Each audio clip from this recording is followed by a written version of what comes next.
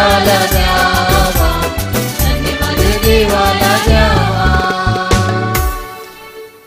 Hallelujah, हालेलुया. प्रभूचा गौरव असो आता आणि सदा सर्वदा. God is good all the time. Hallelujah, हालेलुया, हालेलुया, हालेलुया, हालेलुया. त्या जिवंत प्रभूला जोरदार टाळ्या देऊन आपण गौरव देऊया. Thank you Lord, thank you Jesus. हालेलुया, हालेलुया, हालेलुया, हालेलुया, हालेलुया. पुन्हा आठवडाभराने परमेश्वराने आपल्याला त्याच्या पवित्र मंदिरात घेऊन आलेला आहे. हालेलुया. त्याची स्तुती आराधना करण्यासाठी आपल्याला घेऊन आलेला आहे. हालेलुया, हालेलुया. खरोखर परमेश्वर किती प्रेमळ आहे ह्याचा दिवसेंदिवस आपण अनुभव घेत असतो. Hallelujah, hallelujah. प्रार्थना सुरू करण्याच्या अगोदर आपण क्षणभर शांत होऊया. खूप विचार घेऊन दैनंदिन जीवन जगत असताना खूप विचार घेऊन खूप टेन्शन घेऊन जर आज आपण इथे आलेलो असू, क्षणभर जसे आपण शरीराने एक जागेवर स्तब्ध आहोत तसे आपल्या मनाला देखील आपण स्तब्ध करूया. सर्व बाहेर खाली विचार, सर्व टेन्शन्स, सर्व समस्या बाजूला सारूया व मनाने सर्वांगाने आज प्रभूची स्तुती करण्यास आपण सज्ज होऊया. कारण फक्त परमेश्वर वचनामध्ये सांगत आहे प्रभूची सांगणारा प्रत्येक जण स्वर्गात जाणार आहे असं नाहीच. म्हणून फक्त ओठाने नव्हे तर मनाने अंतकरणाने अगदी हृदयातून त्याला स्तुती आराधना देण्यास आपण सज्ज होऊया. शांत होऊया. आपले अंतकरण त्या स्तुती आराधना करण्यासाठी सज्ज करूया.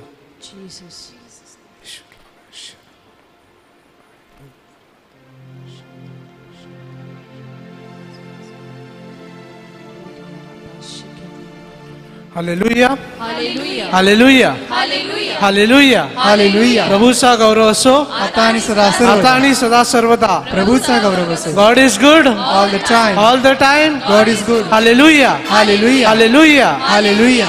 स्तोत्र 66 वचन 8 व 10 मध्ये म्हटलेलं आहे की हो लोकांनो आमच्या देवाचा धन्यवाद करा, त्याच्या स्तुतीचा घोष ऐकू येईल असा करा. हालेलुया. त्यानेच आमच्या प्राणाचे रक्षण केले, त्याने आमचे पाय ढळू दिले नाहीत. हालेलुया. कारण हे देवा तू आम्हाला पारखले आहे, रूपे गाळतात तसे तू आम्हाला गाळून पाहिलेले आहे. हालेलुया, हालेलुया, हालेलुया.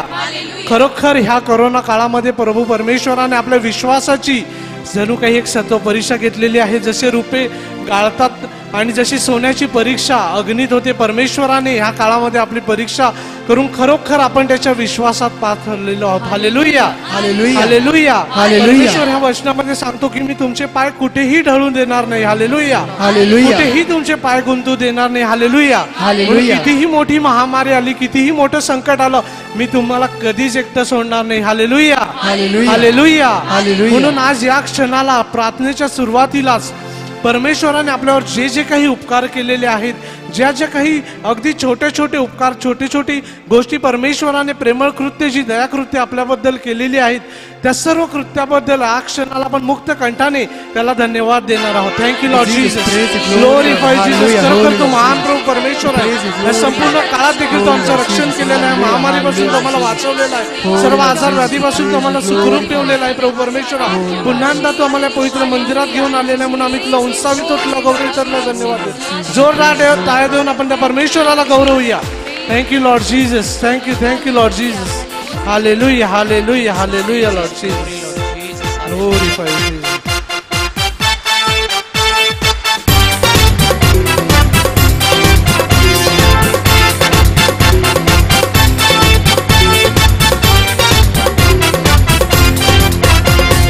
यीशु नामे उद्धारम को हालेलुया. प्रभु यीशु नामे अनंत जीवन हालेलुया. यीशु नामे उद्धारम को हालेलुया. में अनंत जीवन हालेलुया।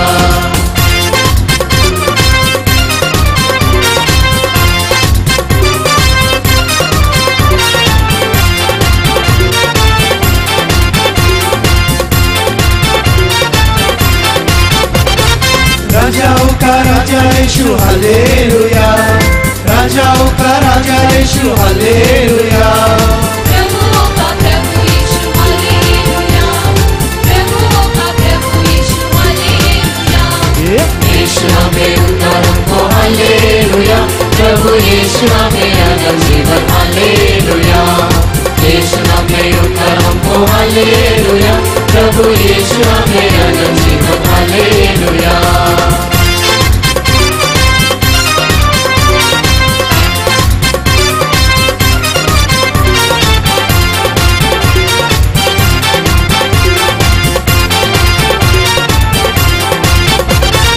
मुक्ति का है मार्ग यीशु हालेलुया, मुक्ति का है मार्ग यीशु हालेलुया।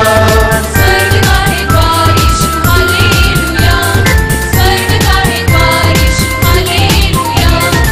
यीशु में उद्धार हमको हालेलुया, प्रभु यीशु में अनंत जीवन हालेलुया।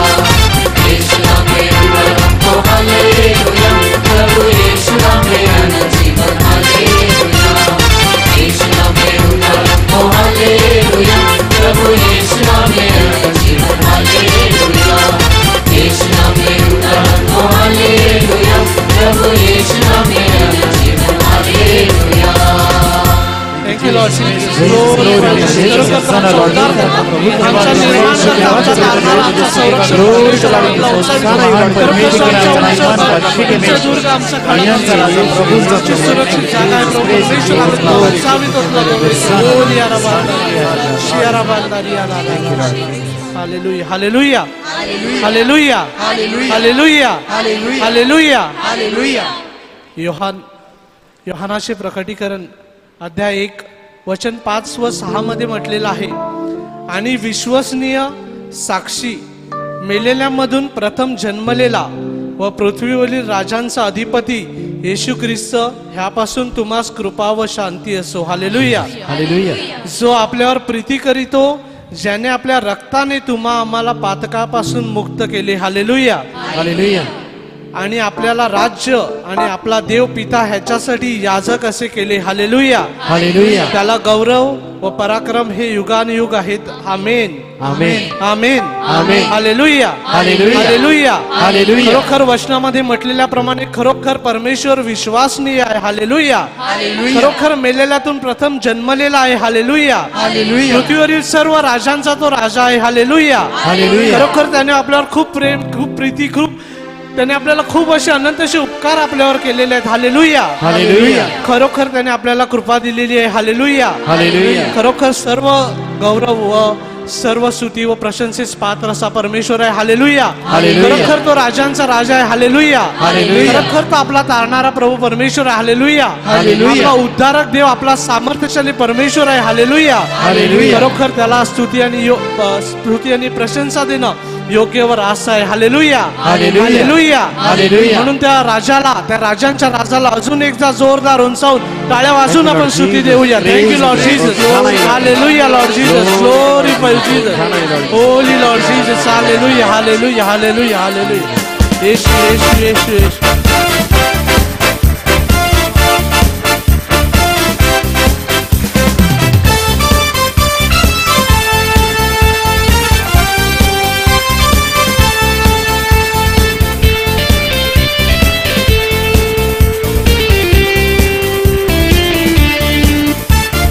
राजाओं का राजा है, वो प्रभुओं का प्रभु है।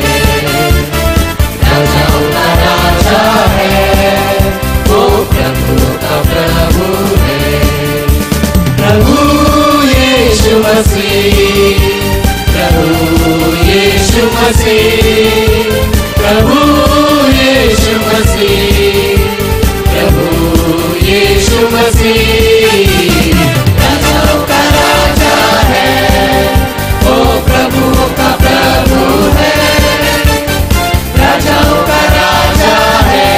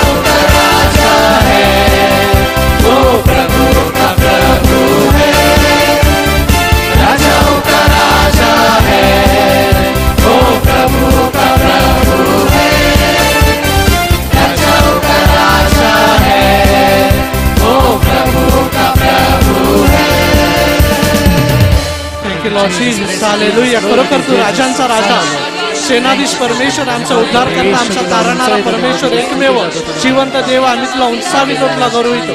Hallelujah Lord Jesus. शियारा बांदारिया रा रा रा. Holy Lord Jesus. शियारा रा रा रा. हालेलुया हालेलुया हालेलुया हालेलुया हालेलुया हालेलुया हालेलुया. प्रभूचा गौरव असो आता आणि सदा सर्वदा. हालेलुया हालेलुया हालेलुया. प्रभूला आपण स्तुती दिलेली आहे. ही वेळ आहे अगदी त्याच्या जवळ जाण्याची. ज्यांना शक्य असेल आपण आपल्या गुडघ्यावर जाऊया.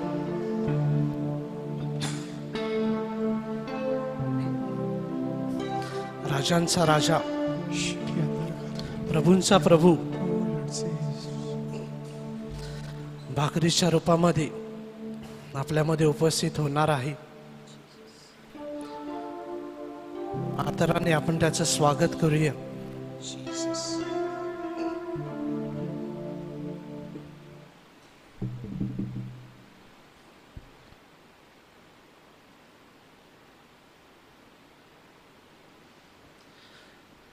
त्या राजासमोर नतमस्तक होऊया.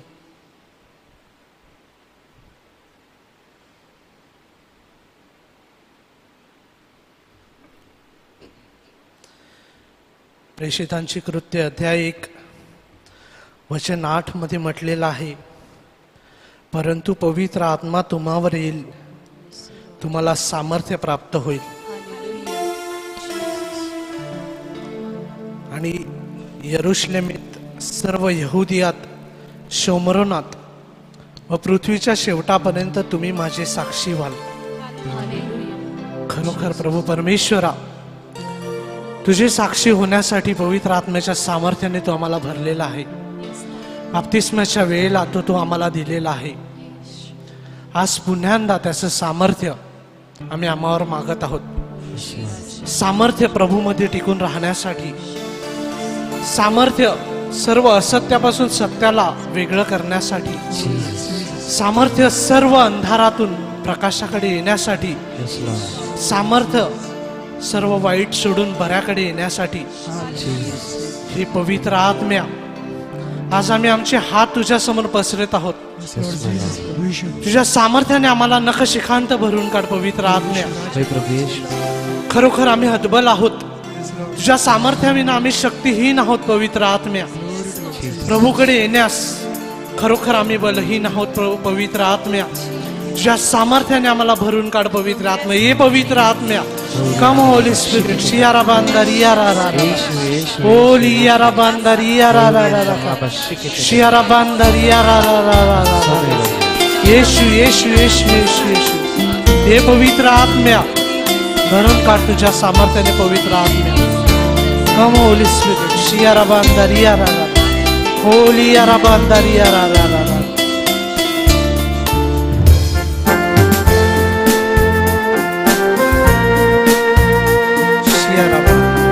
येशू येशू येशू येशू. सामर्थ्याच्या आत्म्या भरून काढ आम्हाला. होली यारा बांदारिया.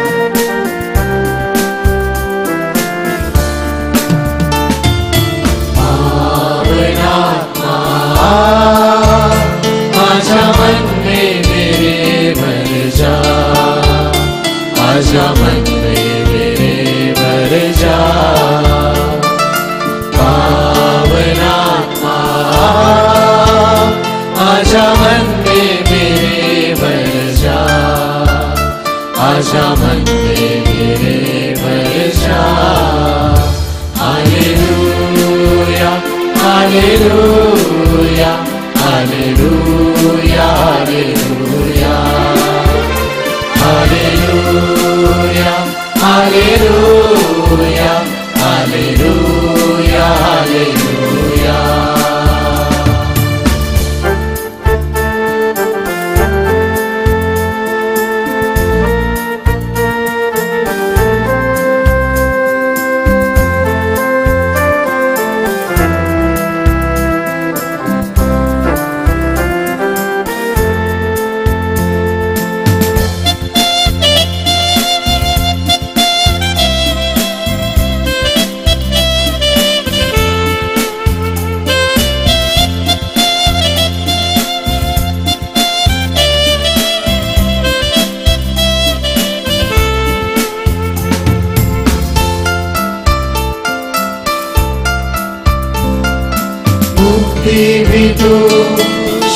शांति भी तू, ज्योति भी तू, शांति भी तू, मुक्ति भी तू, शक्ति भी तू, ज्योति भी तू, शांति भी तू।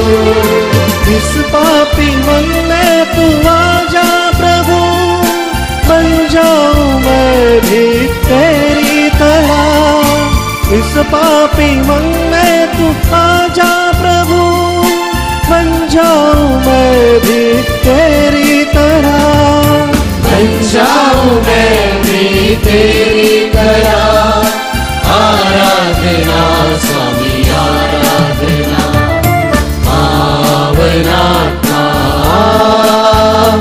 आजा मन में मेरे भर जा, आजा मन में मेरे भर जा। पावनात्मा आजा मन में मेरे भर जा, आजा मन में मेरे भर जा। हालेलुया हालेलुया हालेलुया हालेलुया हालेलुया हालेलुया हालेलुया हालेलुया हालेलुया हालेलुया हालेलुया हालेलुया।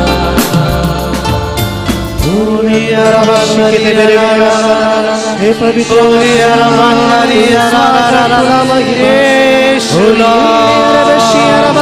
सामर्थ्यशाली परमेश्वर,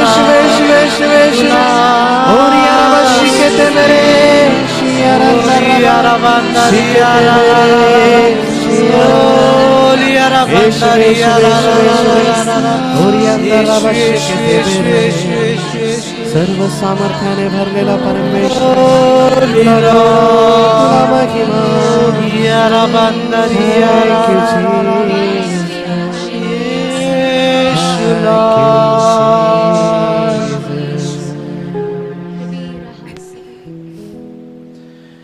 देवाने जगावर एवढी प्रीती केली की त्याने आपला एकुलता एक पुत्र दिला, अशासाठी की जो कोणी त्याच्यावर विश्वास ठेवतो त्याचा नाश होऊ नये, तर त्याला सार्वकालिक जीवन प्राप्त व्हावे।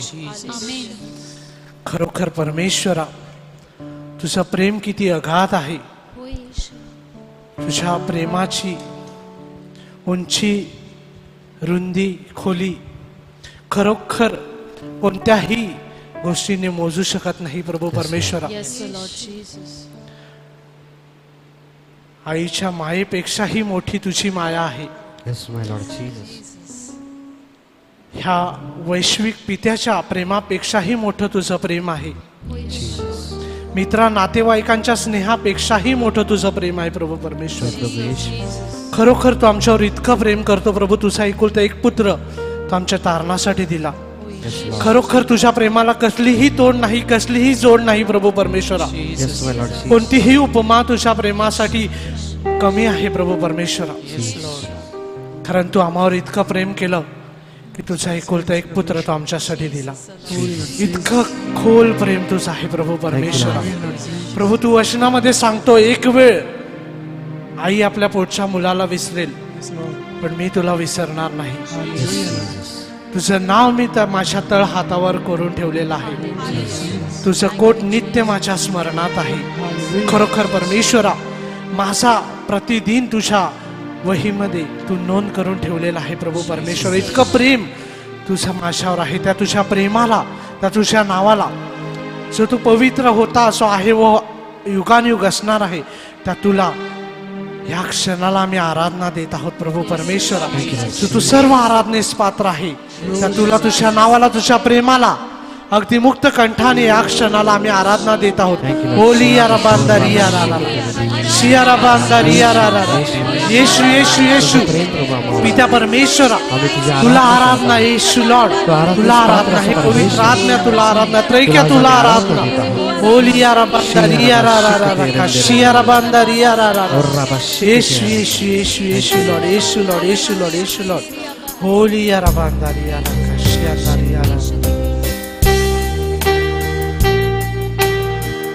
Holy Lord, यीशु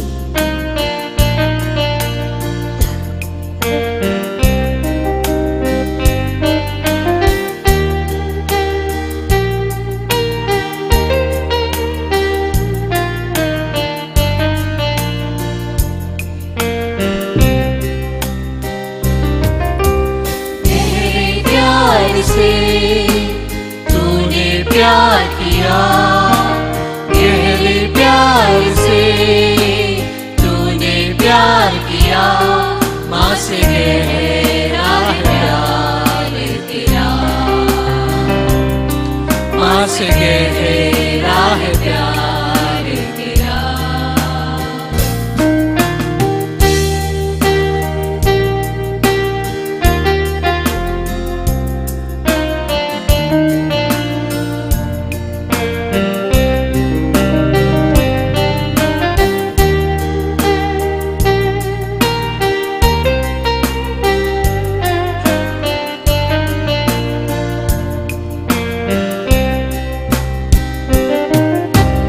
गहरे प्यार से तूने प्यार किया, गहरे प्यार से तूने प्यार किया, माँ से गहरा है प्यार तेरा,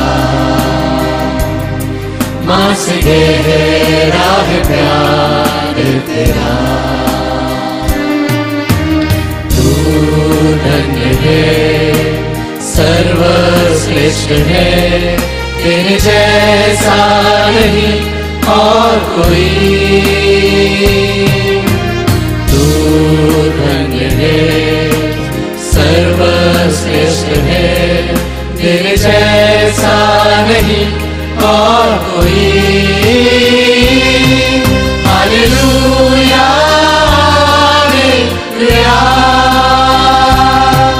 हालेलुया, हालेलुया,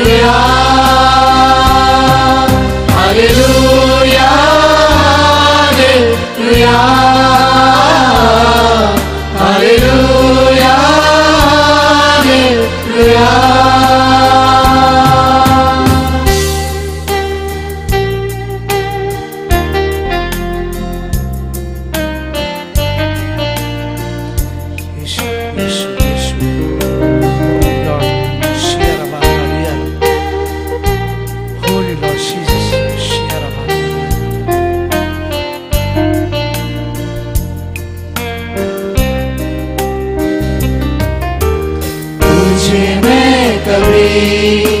छोड़ूंगा नहीं, तुझे मैं कभी छोड़ूंगा नहीं, तेरे साथ मैं चलूंगा, तेरे साथ मैं चलूंगा।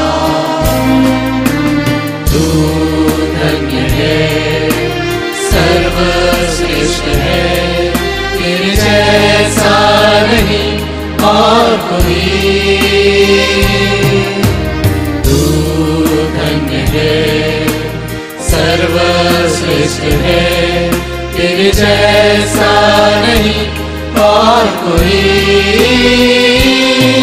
हालेलुया, हालेलुया,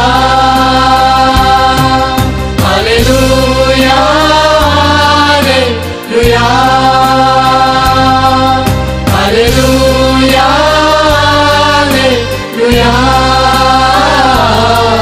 हालेलुया, हालेलुया,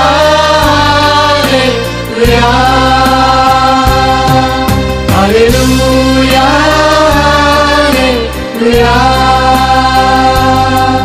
हालेलुया, हालेलुया, हालेलुया, हालेलुया, हालेलुया,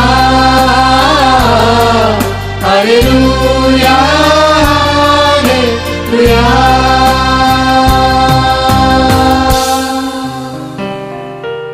यीशु, यीशु लॉर्ड, यीशु लॉर्ड। देव पिता आपल्या बरोबर आहे। येशू ख्रिस्त खुद्द भाकरीच्या रूपात आपल्यामध्ये हजर आहे व पवित्र आत्म्याचं सामर्थ्य आपल्यावर आहे. Hallelujah, यीशु राजा. ह्या पवित्र शांततेत आपण आपल्या जागेवर बसूया. Jesus.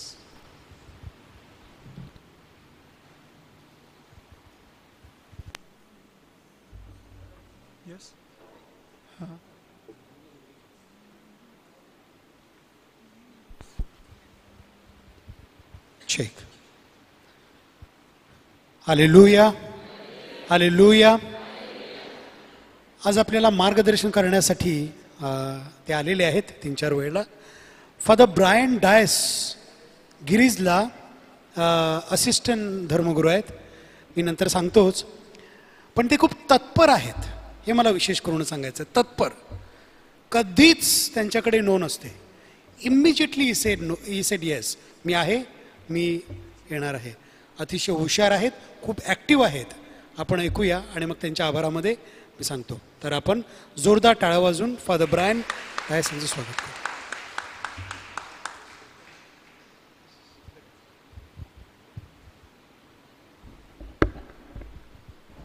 प्रभूचा गौरव असो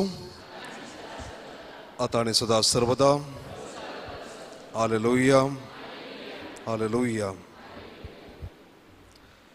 बायबलमध्ये आपण हे 2 शब्द वारंवार ऐकत असतो, आज्ञापालन आणि आज्ञाभंग. आणि ह्या 2 शब्दांना बायबलमध्ये महत्त्व का आहे? कारण या दोन्ही गोष्टीतून काहीतरी निष्पन्न होत असतं. या दोन्ही गोष्टी काहीतरी परिणाम देत असतात. आणि म्हणून आज आपण त्यावरती चिंतन करणार आहोत की नक्की दोन्ही बाजू आपण पाहणार आहोत की बायबलमध्ये आज्ञा पालन केल्यानंतर काय होतं आणि आज्ञाभंग केल्यानंतर काय होतं. परमेश्वर सुरुवातीपासून, अगदी आपण सुरुवातीपासून पाहतो बायबलमध्ये की ह्या गोष्टींवरती अधिक भर दिला जातो. म्हणून सगळ्यात पहिला आपण पाहूया की आज्ञाभंग केल्यानंतर नक्की काय घडतं. तर आज्ञाभंग केल्यानंतर काही गोष्टींचा काही परिणाम आपल्या जीवनात दिसून येतात. जी व्यक्ती आज्ञा पाळत नाही त्या व्यक्तीच्या जीवनामध्ये पहिला परिणाम असतो तो म्हणजे ती व्यक्ती गोंधळलेली असते. The person is confused. आणि याचं उदाहरण आपल्याला उत्पत्तीच्या पुस्तकात दिसून येतं. जेव्हा बाबेलचा बुरुज बांधायचा लावलेला त्यावेळेला परमेश्वराने त्यांना सांगितलं की ते करू नका. त्यांनी देवाची आज्ञा पाळली नाही आणि परिणामी त्यांच्यामध्ये गोंधळ निर्माण झाला.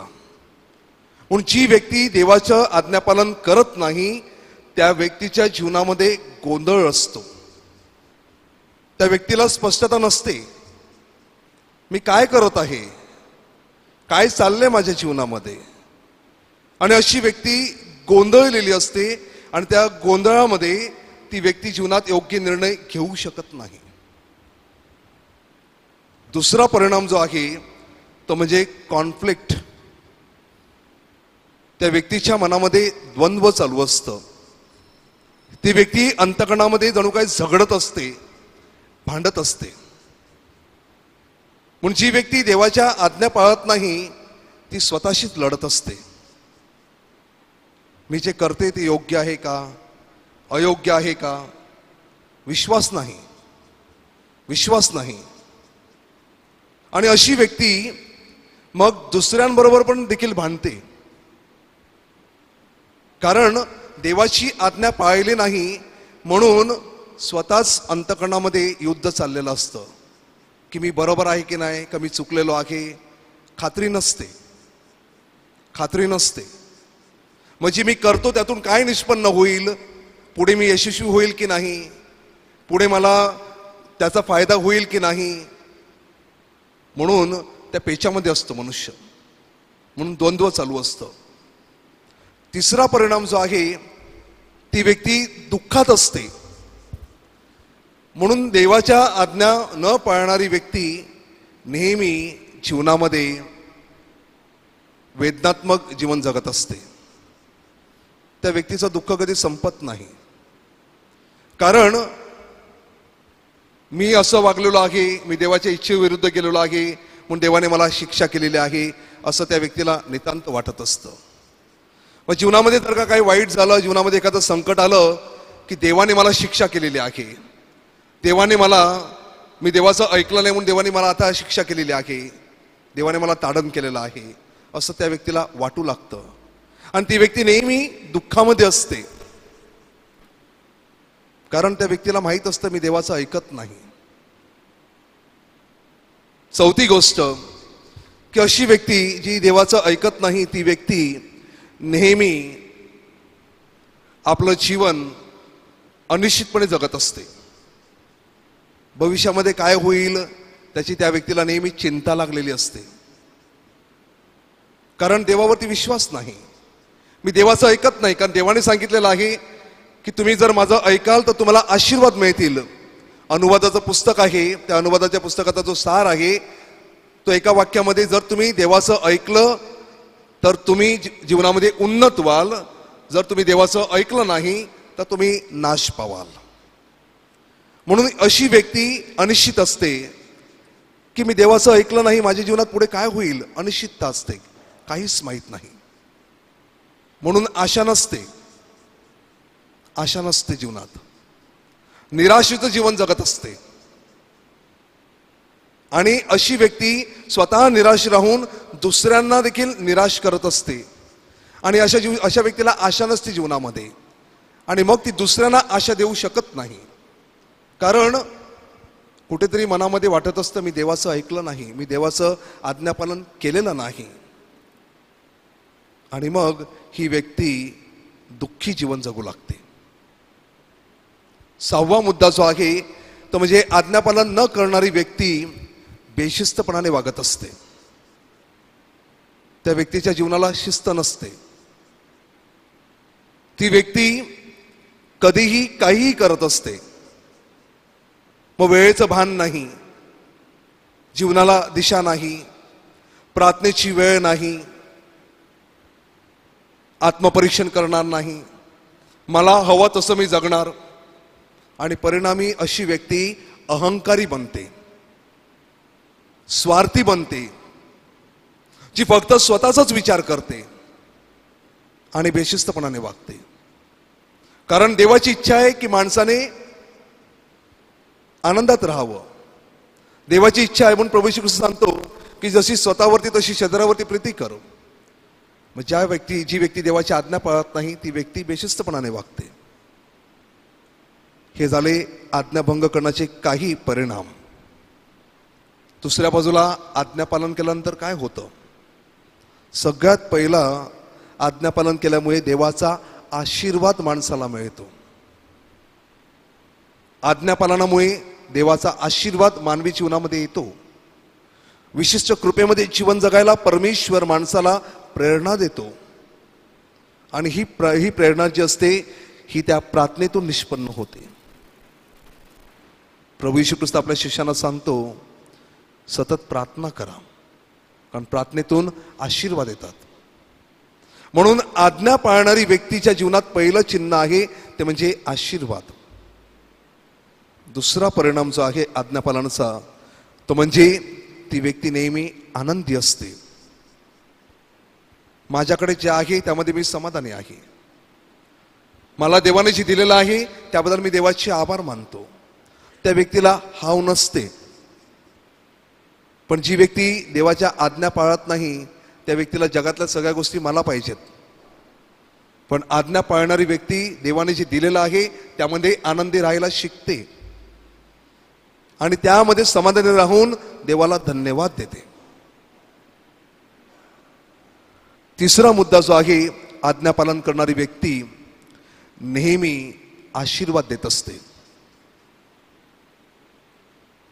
आज्ञाभंग करणारी व्यक्ती शाप देते. म्हणून आज्ञापालन करणारी व्यक्तीच्या अंतःकरणातून आशीर्वाद निघतात. ती व्यक्ती दुसऱ्यांसाठी प्रार्थना करते. ती व्यक्ती दुसऱ्यांसाठी मध्यस्थी करते. कारण परमेश्वर आपल्याला ती आज्ञा करतो की आपण एकमेकांसाठी प्रार्थना केली पाहिजे. प्रभू येशू ख्रिस्त खुद्द स्वतः योहानाच्या शुभवर्तमानामध्ये आपण ऐकतो की तो आपल्या शिष्यांसाठी प्रार्थना करतो, तो आपल्या ख्रिस्त सभेसाठी प्रार्थना करतो. म्हणून जी व्यक्ती देवाच्या आज्ञापालन करते ती व्यक्ती दुसऱ्यांसाठी प्रार्थना करते. चौथा मुद्दा जो आहे तो म्हणजे देवाची आज्ञापालन करणारी व्यक्ती प्रार्थनामय जीवन जगते. आता प्रार्थनामय जीवन सांगितल्यानंतर तासन तास बसणं नाही, पण काही लोकांना वाटतं आपण तासन तास बसलो म्हणजे आपण खूप प्रार्थना केली. तसं नसतं. कारण कदाचित आपण प्रार्थना करू पण आपण देवापासून दूर देखील असू. शरीराने आपण देवळात आहोत पण मनाने आपण जगामध्ये हिंडत असू. म्हणून आपण इथे आहोत, प्रार्थनेला आलेलो आहोत, पण आपलं मन बाहेर आहे. कदाचित मला उद्या काय करायचं आहे, उद्या कुठले व्यवहार करायचे आहेत, उद्या कोणाला भेटायचं आहे त्याच्याविषयी मनामध्ये विचार चालू असतील, पण मी आलोय प्रार्थनेला. म्हणून देवाच्या आज्ञा पाळणारी व्यक्ती प्रार्थना करताना संपूर्ण मनाने, संपूर्ण अंतःकरणाने, संपूर्ण शक्तीने, संपूर्ण आत्म्याने प्रार्थना करते. म्हणजे परमेश्वराशी एकनिष्ठ असते. प्रार्थना म्हणजे देवाशी एकनिष्ठ राहणं, देवाशी विश्वासू राहणं. म्हणून आपलं जीवन प्रार्थना झालं पाहिजे. ही प्रार्थना शब्दामध्ये नाही तर कृतीमध्ये आपण जगली पाहिजे. म्हणून अनेक वेळेला आपण प्रार्थना केली आपण आणि बाहेर उतरलो की आपण प्रार्थना विसरून जातो. आताच आपण प्रार्थनेला आलेलो आहोत, बाहेर उतरताना आपले काय विषय असतात, मग आपण प्रार्थना केली ना, मग देवळापुरतीच राहिली का, ती मर्यादित राहिली का, की ती प्रार्थना आणि ते आशीर्वाद घेऊन आपण बाहेर जाऊन ती सुवार्ता दुसऱ्यांना देतो का, की आपण दुसऱ्यांविषयी चर्चा करून, दुसऱ्यांची नालस्ती करून आपण प्रार्थनेला आलेलो असताना देखील खऱ्या अंतःकरणातून प्रार्थना केली नाही का? कारण प्रभू येशू ख्रिस्त एक उदाहरण देतो. तो जकातदार आणि तो श्रीमंत मनुष्य दोघे मंदिरात प्रार्थना करायला जातात. आणि तो श्रीमंत मनुष्य काय प्रार्थना करतो की मी आठवड्यातून 3 वेळा उपवास करतो, मी दानधर्म करतो, मी त्याच्यासारखा नाही, मी त्या जकातदारासारखा नाही. कदाचित आपल्याला देखील तेच वाटत असेल की आम्ही प्रार्थनेला जातो, आम्ही कॅरिझमॅटिक मध्ये आहोत, आम्ही दुसऱ्यांसारखे नाहीत. ज्या व्यक्तीला असं वाटतं त्या व्यक्तीमध्ये आणि त्या श्रीमंत माणसामध्ये काय फरक आहे? कारण जर मी प्रार्थना करणारी व्यक्ती आहे, जर मी प्रार्थना करतो तर सगळ्यात पहिलं म्हणजे मी कोणामध्ये भेदभाव केला नाही पाहिजे. मी सगळ्यांना समानतेने वागवायला शिकलं पाहिजे. कारण माझा परमेश्वर प्रार्थना करणाऱ्यांना आणि न करणाऱ्यांना वेगळं वागवतो का?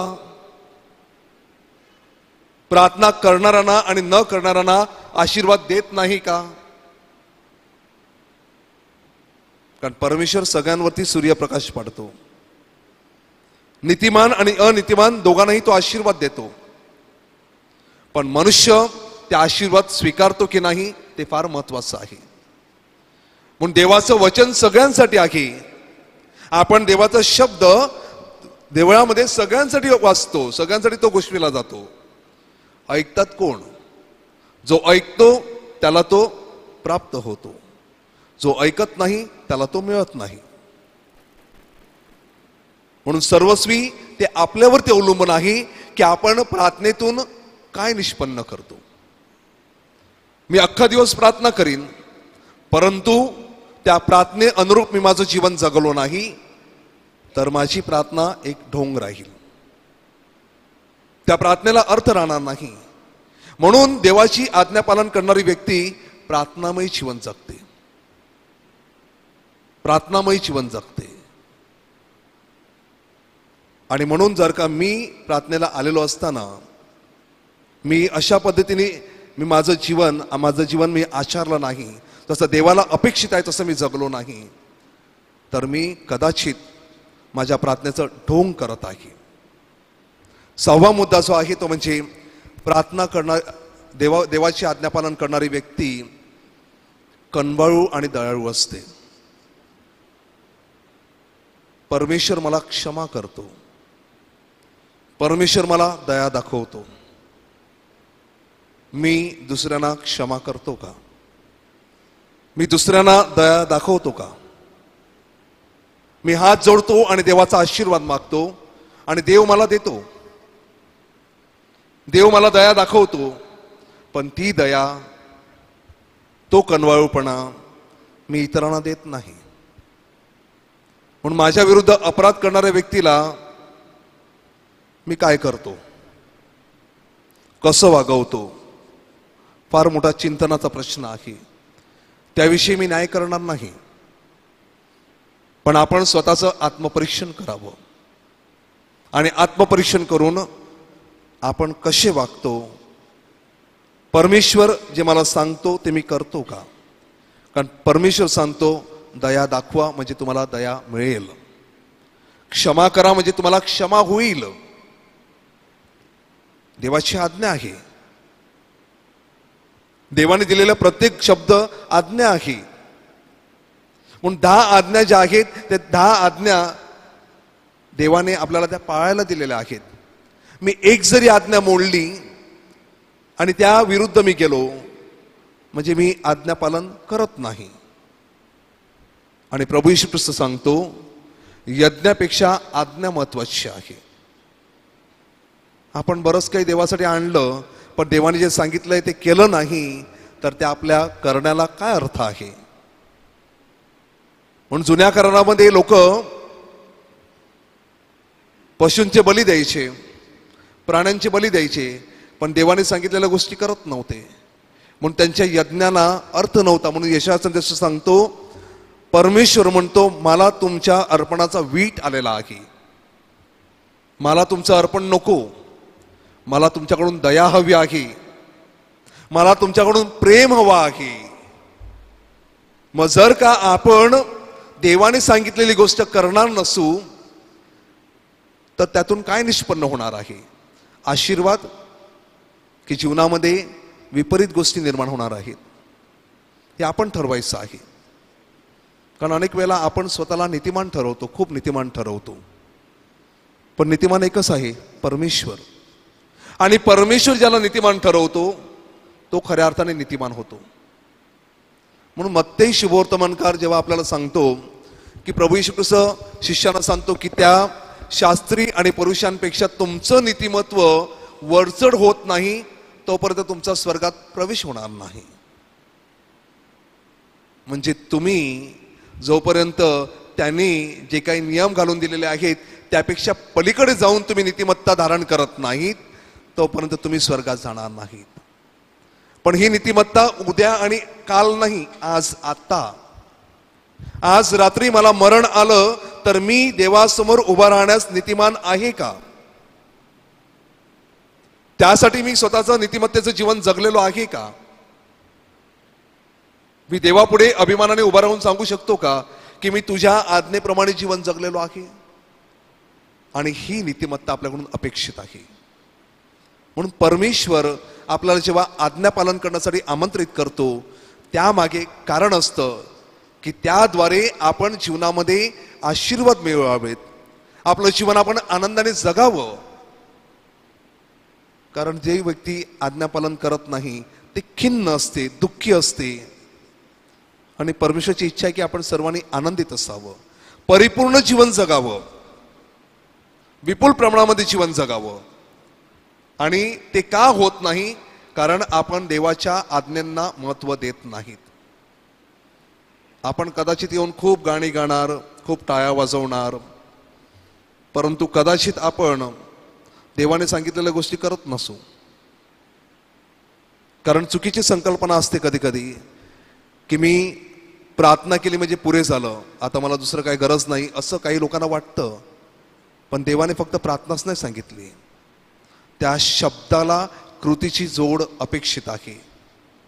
म्हणून आत्मपरीक्षण करूया आणि देवाला सांगूया की तू दिलेल्या आज्ञा आम्ही अंतःकरणातून पाळाव्यात आणि त्याद्वारे मिळणारे आशीर्वाद घेऊन आम्ही इतरांना त्या आशीर्वादासाठी पुढे येण्यास आम्ही प्रेरणा द्यावी व आमचं आत्मपरीक्षण करून आम्ही ज्या ज्या वेळेला आज्ञाभंग केलेला आहे त्याबद्दल आम्ही पश्चातापी अंतःकरणाने क्षमा मागावी म्हणून आम्हाला प्रत्येकाला पवित्र आत्म्याची कृपा व आशीर्वाद दे. आमेन.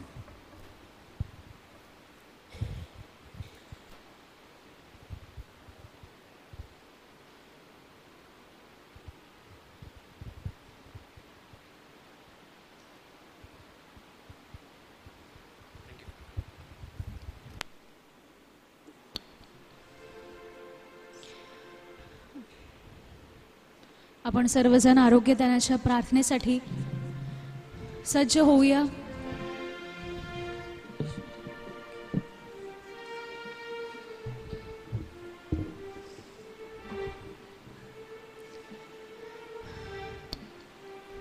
त्या जिवंत प्रभूकडे अगदी नतमस्तक होऊया. फादरांनी आज 2 मुद्दे आपल्या समोर ठेवलेले आहेत. आज्ञाभंगाचा आणि आज्ञा पालनाचा. आपण आपल्या स्वतःच्या अंतःकरणात डोकावून पाहूया की आपण कुठे उभे आहोत. ही प्रभू देवा, दयाळू परमेश्वरा, आम्ही तर अगदी भटकलेलो आहोत प्रभू.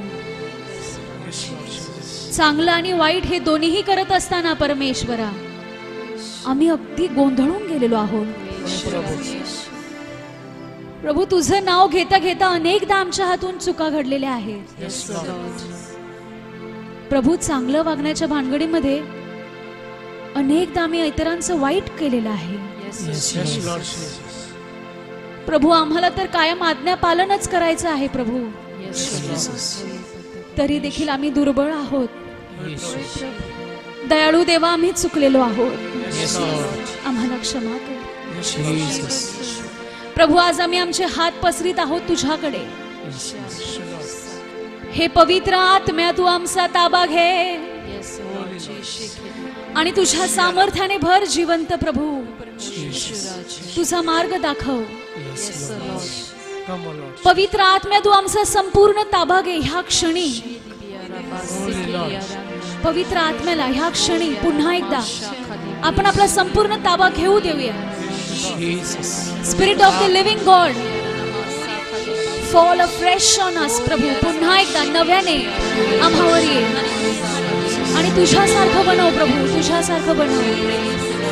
आपण अंतःकरणातून गाऊया आणि त्या आत्म्यासाठी आपण विनवणी करूया. Spirit of the living God, fall afresh on us. Spirit of the living God, fall afresh on us. Rent us, mold us, fill us and heal us.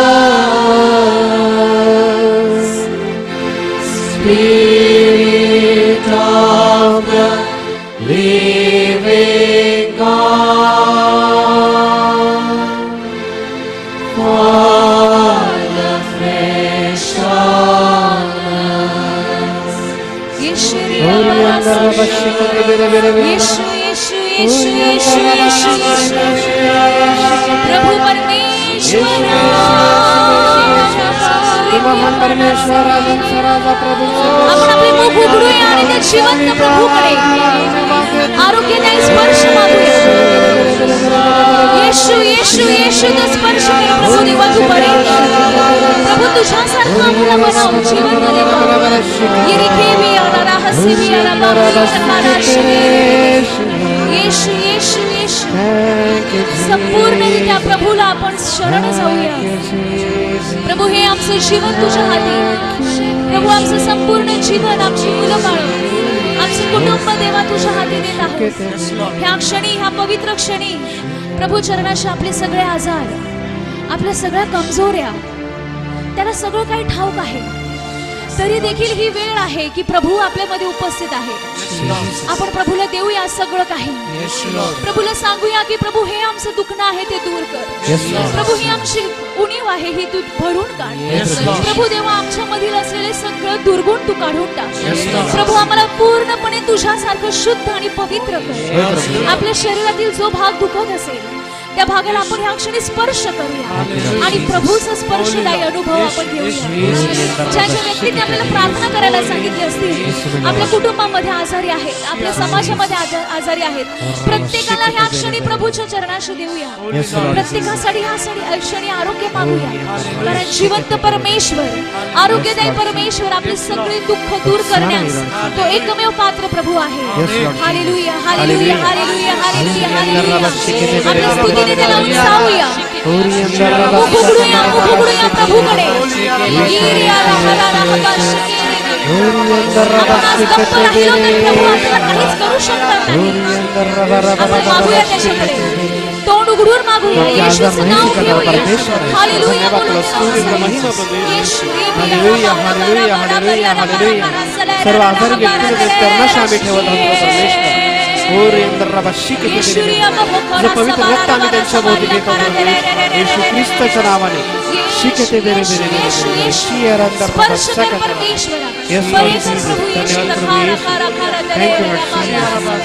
परमेश्वर अगदी थोडा वेळ प्रभू चरणाशी अगदी शांत होऊया. शांत होऊया. प्रभूला काहीच वारंवार सांगायची गरज नाही. आपण एकदा दिलेलं आहे त्याला सगळं काही. त्याने घेतलेलं आहे सगळं काही. त्याचा अनुभव घेऊया. अंतःकरणात त्याची शांती आपण अनुभवूया. पाहतो अगदी दाराशी उभा आहे आणि दार ठोकत आहे. आज आपण एकटे नाही जाणार घरी. आज प्रभूला आपल्या सोबत घेऊन जाऊया. येशू, येशू,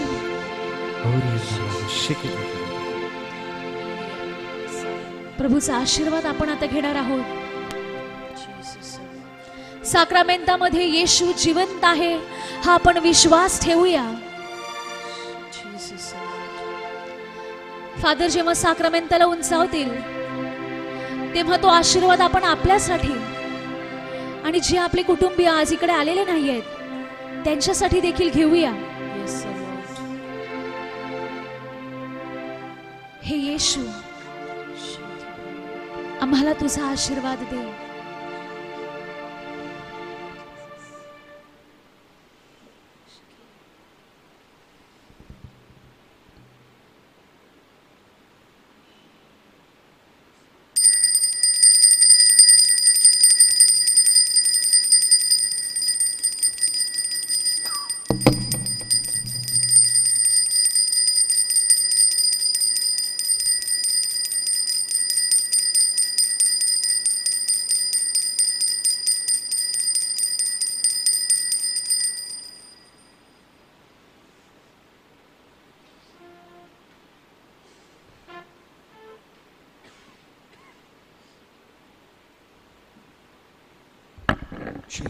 चेक.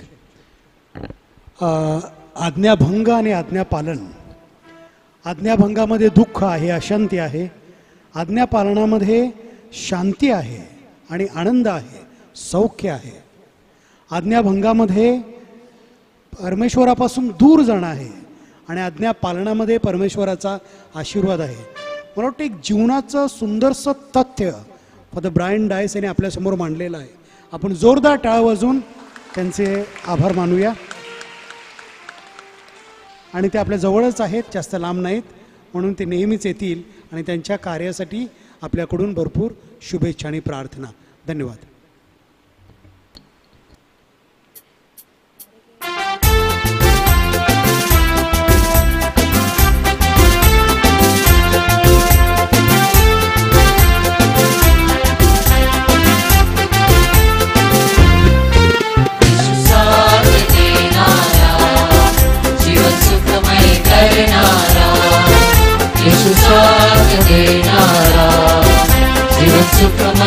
करणारा, हो सांभाळ करणारा, येशू सांभाळ करणारा, हो सांभाळ करणारा, येशू सांभाळ करणारा, येशू साथ देणारा, जीवन सुखमय करणारा, येशू साथ देणारा, जीवन सुखमय करणारा.